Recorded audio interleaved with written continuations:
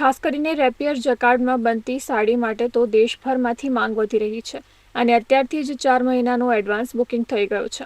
ઉદ્યોગકારોનું કહેવું છે કે રક્ષાબંધન, જન્માષ્ટમી, નવરાત્રી અને દિવાળી જેવા તહેવારોની તૈયારી અત્યારથી જ શરૂ થઈ ગઈ છે.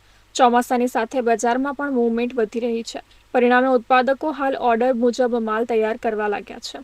હાલ જે ડિમાન્ડ છે તે ખાસ કરીને દિવાળી વેડિંગ સિઝન માટેની છે. વેપારીઓ પણ આગોતરું પ્લાનિંગ કરીને મશીન સેટઅપ કરી અને મજૂરોની શિફ્ટ અનુસાર ઉત્પાદન વધારી રહ્યા છે.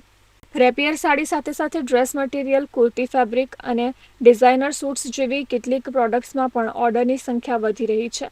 વેપારીઓએ પણ અત્યારથી જ સ્ટોકિંગ શરૂ કરી દીધું છે, જેથી તહેવારો દરમિયાન નુકસાનની સ્થિતિ ઊભી ન થાય. જો આવો જ મોડ રિફ્રેશ રહે તો ચાલુ નાણાકીય વર્ષમાં ટેક્સટાઇલ ઉદ્યોગ માટે નોંધપાત્ર રિકવરી જોવા મળી શકે છે. જુઓ, એમાં એવું છે કે અત્યારે લોકો તહેવારો રનિંગ કન્ટિન્યુમાં છે, તો લોકો એડવાન્સમાં આ એક બિઝનેસ એવો છે કે લોકોને એડવાન્સમાં તૈયારી કરવી પડે છે. દિવાળી હોય તો 3 મહિના પહેલા, રક્ષાબંધન હોય તો એના 3 મહિના પહેલા, તો આવી બધી એડવાન્સમાં લોકોએ તૈયારી કરી મૂકી છે. અને ટેક્સટાઇલનો એક એવો બિઝનેસ છે જેમાં આપણે એડવાન્સમાં તૈયારી નહીં કરીએ તો ભેરવાઈ જતા રહીશું. તો અમે રક્ષાબંધનના હિસાબે, સાવનના હિસાબે અને દિવાળીના હિસાબે સુધીનો સ્ટોક અમે ભરીને રાખ્યો છે અમારી મિલમાં, ખાતા પર, અને આવી એડવાન્સમાં તૈયારી અમે કરી છે.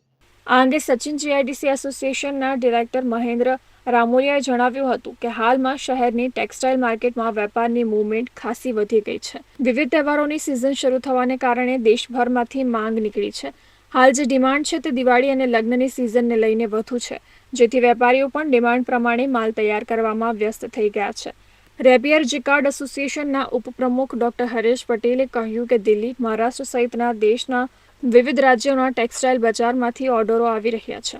રેપિયરમાં બનતી સાડી ઉપરાંત રેપિયરના કાપડમાંથી બનતી ગાર્મેન્ટ પ્રોડક્ટની પણ ડિમાન્ડ વધી છે. ખાસ કરીને રૂરલ માર્કેટમાંથી પણ ઓર્ડર આવી રહ્યા છે. આ માર્કેટમાંથી મળતી માહિતી મુજબ હાલમાં ટેક્સટાઇલના લગભગ તમામ વિભાગોમાં તેજી જોવા મળી રહી છે.